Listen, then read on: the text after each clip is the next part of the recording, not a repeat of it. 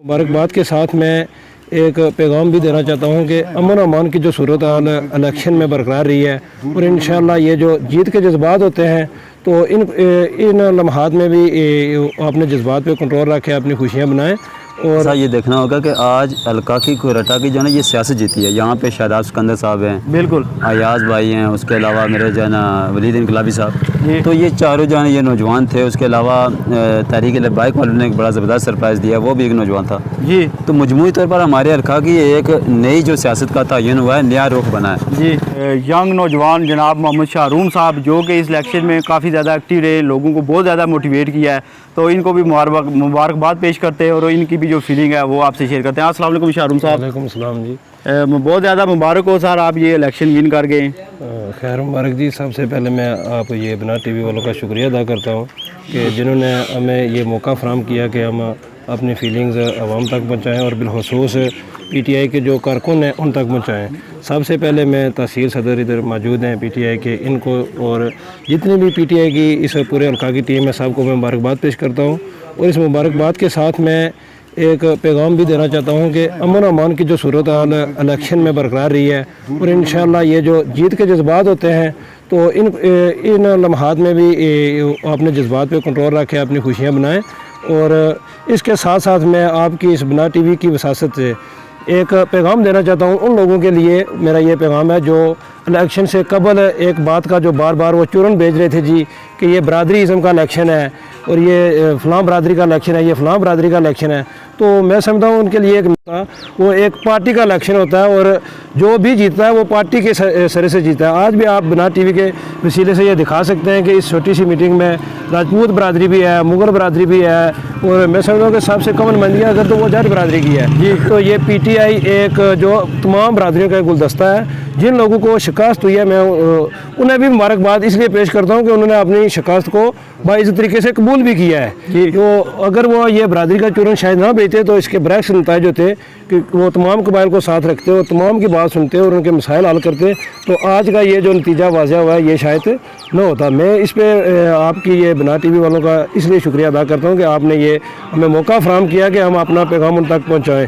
तो इसके अलावा इसके साथ मैं ये भी कहना चाहता हूँ कि जो बिहार से इतनी बड़ी लीड हुई है पीटीआई की जी, तो हमें इससे तो ज़्यादा की उम्मीद थी क्योंकि जो हमारे वर्क था, जैसे लोग हमारे साथ जोक शामिल हो रहे थे, तो इसमें एक तो ये बयान में कल जो सानिया हुआ है राजा बशीर साहब की वफ़ात का, उस वजह से भी बयान में जो वोट जो कास्टिंग हुई है उसमें थोड़ी बहुत कमी हुई है। मैं समझता हूँ कि उसकी वजह से भी हमारी जो लीड में जो फ़र्क पड़ा है वो भी काफ़ी ज़्यादा पड़ा है। इस बात को हम इग्नोर नहीं कर सकते क्योंकि एक ही महल्ले में फौतगी थी, तो इसलिए तमाम पार्टियों के वहाँ से भी जो लोग थे वो पुलिस स्टेशन तक नहीं पहुँच सके। जी बहुत शुक्रिया। ये थे जो शाहरूम साहब। और जी अब हम इस वक्त आपकी मुलाकात कराते हैं ब्याल के नौजवान एक्टिव मेंबर जनाब अरफान ब्यालवी साहब से, जो कि आपने सोशल मीडिया के ऊपर भी आपने इनको देखा होगा कि डॉक्टर साहब की जो कैंपेन है इन्होंने ऐसा तरीके से की है और इन्होंने दिन रात जाकर लोगों के घरों में जाके वर्क किया है और लोगों को तहरीक इंसाफ की तरफ मोटिवेट किया है। तो आप आपकी मुलाकात कराते हैं जनाब ब्याल की पहचान जनाब अरफान ब्यालवी साहब से। अस्सलाम वालेकुम अरफान साहब। वालेकुम अस्सलाम, बहुत शुक्रिया सर सरमद भाई।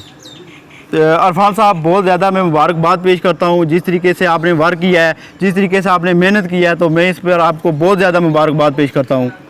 खैर मर सर, लेकिन मैं समझता हूँ कि मजमूई तौर पर ये कोयटा की जीत है जी, ये नौजवानों की जीत है, ये सियासत की जीत है जी। आज मजमूई तौर पर डॉक्टर अंसर अब्दाली साहब मैं ये समझता हूँ कि इलेक्शन जीते हैं जी, लेकिन उसके साथ साथ ये देखना होगा कि आज अलका की कोयटा की जो है ना ये सियासत जीती है। यहाँ पे शादाब सिकंदर साहब हैं, बिल्कुल अयाज भाई हैं, उसके अलावा मेरे जो है ना वलीद इनकलाबी साहब, तो ये चारों जो है ये नौजवान थे। उसके अलावा तहरीक लब्बाइक वालों ने एक बड़ा ज़बरदस्त सरप्राइज़ दिया, वो भी एक नौजवान था जी। तो मजमूई तौर पर हमारे अलका की एक नई जो सियासत का तयन हुआ है, नया रुख बना है जी।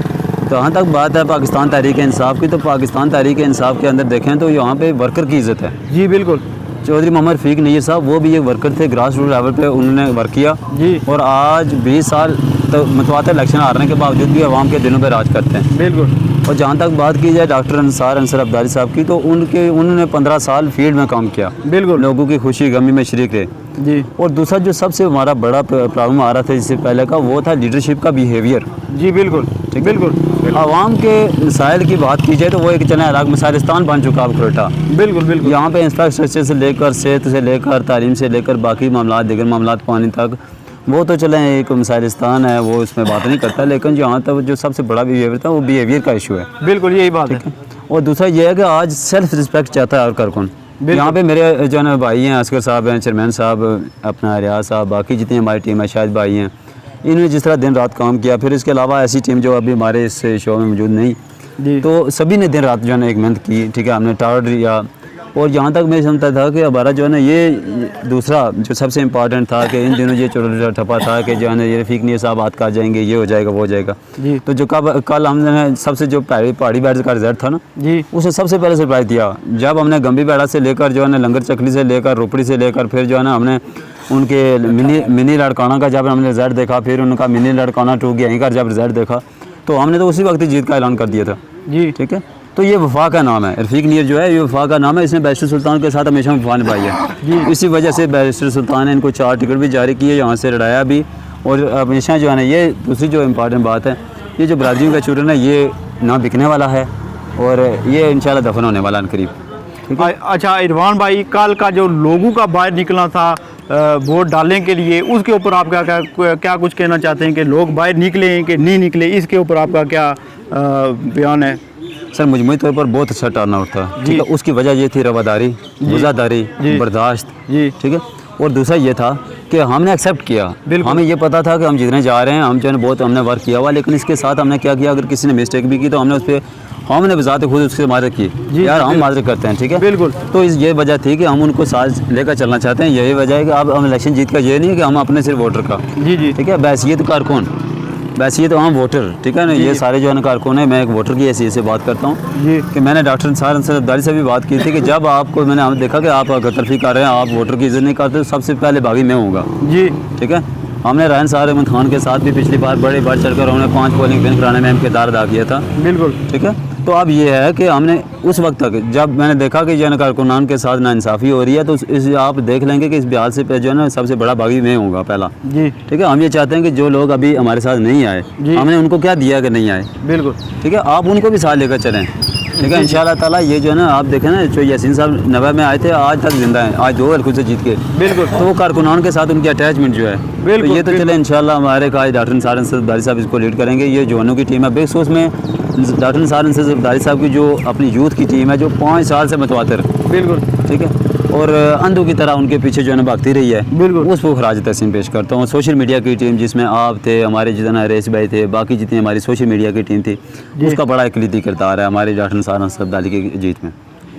जी नाज़रीन कराम, अरफान बियालवी साहब के जो बयान का लब लबाब है वो यही है कि जो लीडर हजरात हैं वो अपने सपोर्टर को इज़्ज़त दें। अगर उन्होंने अपनी सियासत को बकाया रखना है तो वो उनके साथ अटैच रहें, उनके दुख गम में जिस तरह इससे पहले शरीक हुए उसी तरह शरीक होते रहें, और उनकी हौसला अफजाई है जो वो इसी तरह जो पहले करते रहें उसी तरह आगे भी करते रहें। तो ये अरफान बियालवी साहब का जो पैगाम था वो आपकी तरफ पहुँचा रहे हैं। और आखिरी सवाल अरफान बियालवी साहब से मैं ये करना चाहता हूँ, अरफान बियालवी साहब, जैसा कि आपका तल्लुक़ तालीम के साथ है, आप एक स्कूल के प्रिंसिपल भी हैं, तो तालीम के बारे में आप पूरे जो तहसील खरेटा है इसका निज़ाम कैसे देख रहे हैं, और डॉक्टर साहब को इसको सही करने के लिए क्या कुछ पैगाम उनको देना चाहते हैं? अच्छा सर, तालीम के हवाले से अगर बात की जाए ना, तो आज हमारे पास डिग्रियों की कमी नहीं है जी, बिल्कुल। आज तालीम से ज़्यादा तरबियत की ज़रूरत है हमारी सोसाइटी को, बिल्कुल। दूसरा आज देखें ना हमारे पास हैं क्या, आप मास्टर डिग्री जहाँ जा रहा है हम किसके लिए, आप चपरासी के लिए, बिल्कुल। तो ये आज हमारे टेक्निकल इदारे जो बनने चाहिए, ठीक है। इस पर हमारी जो ख्याल से भी बात हुई थी, हमने ये कहा था कि इंशाल्लाह ताला मरकज़ में हम ऐसा इदारा बनाएंगे जी जी, जहाँ पे टेक्निकल एजुकेशन हो जी जी, जहाँ पे हमारी लड़कियाँ जो 6ठी क्लास स्कूल छोड़ देती हैं उनके लिए आगे क्या ऑप्शन है, बिल्कुल, ठीक है। हमारे जो बच्चे वहाँ 9th 10th में छोड़ देते हैं, आप बात किया कि अगर यहाँ पे बात की जाए ट्रांसफार्मर के लिए ठीक करने का काम तो हुआ, अब बच्चा सीखेगा कहाँ से, बिल्कुल नहीं, ठीक है। तो अब इलेक्ट्रिकल में आए, ठीक है, हमारे जो लाइनमैन जाते हैं वो 6 महीने साल उसके बाद जाते हैं, फिर भी जाके वो जो है ना अपना काम नहीं करते, बिल्कुल। तो वो सीखने, उनके सीखने की जो है हमारे पास यूनिवर्सिटी कौन सी है, बिल्कुल, यही बात। टेक्निकल का हमारा जो सबसे बड़ा प्रॉब्लम है वो ये है, ठीक है। बाकी ये जो थ्योरेटिकल है क्लैरिकल एजुकेशन का अब मेरे ख्याल में कोई इतना दौरा नहीं रहा। बिल्कुल। ठीक है, ज़रूरत है, एजुकेशन की ज़रूरत है, इस पर बात नहीं है, लेकिन ये है कि टेक्निकल एजुकेशन जो है ना हमारे वक्त की सबसे बड़ी ज़रूरत है। और उसके साथ इनके साथ तरबियत जो है ना, इसका बड़ा जो है ना फुकदान है हमारे यहाँ। ठीक है, तो इस